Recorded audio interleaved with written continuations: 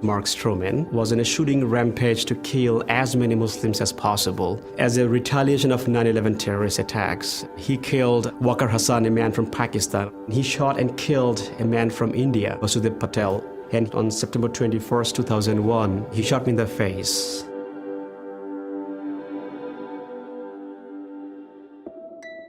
As a child, my impression about USA was it's a great country, beautiful country.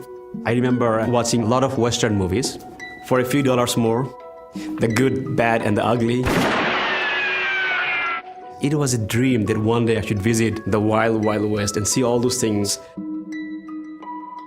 After graduating from a military school in Bangladesh, I went to Dallas and loved it. Worked pretty hard, and within like a month, I was working as a clerk in a gas station. It gave me an opportunity to get to know the people, to learn the culture. I moved to Dallas May 2001, 3 months before the 9/11 terrorist attacks. 10 days after 9/11, I was behind the counter. A customer walked in. He was holding a double-barrel shotgun, pointing at my face. I said, "Sir, here is all the money. Please do not shoot me."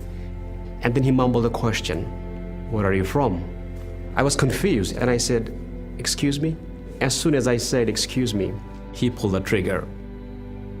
I felt it first like a million bees stinging my face, and then I heard the explosion.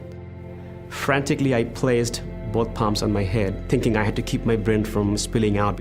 I felt that my time was up. Images of my mother, my father, my siblings, and my fiancé appeared one after another one. And I was begging God, do not take me today. 10 days after 9/11, Stroman went on a shooting spree. Mark Stroman, a white supremacist, wanted revenge and shot 3 clerks who he thought were Muslims. Here in America, everybody was saying, "Let's get them." 2 of his victims died. Stroman was convicted of murder and sentenced to death. I went to Hajj in 2009 with my mother. During the pilgrimage, she was rubbing on my face. She was crying, and I heard my mom telling God that whatever my son wants to do with this life, help him.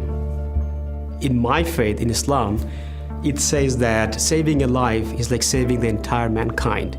Mark Stroman has committed a heinous crime, there's no doubt about that. But all the good things I was taught inspired me, go and do the right thing. Mark Stroman has been in this prison behind me for nearly 10 years. As he sits on death row, an unlikely champion is fighting to save his life. Bويan will be partially blind for the rest of his life because of his injuries, but he wasn't interested in eye for an eye justice.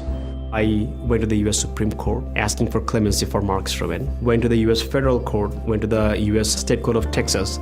For this man to forgive me, which I've done the unforgivable, for him to come forward the way he did, it speaks volume. It speaks volume for the human race. He wrote a long letter to me. He said that my stepfather taught me some lessons that I should have never learned.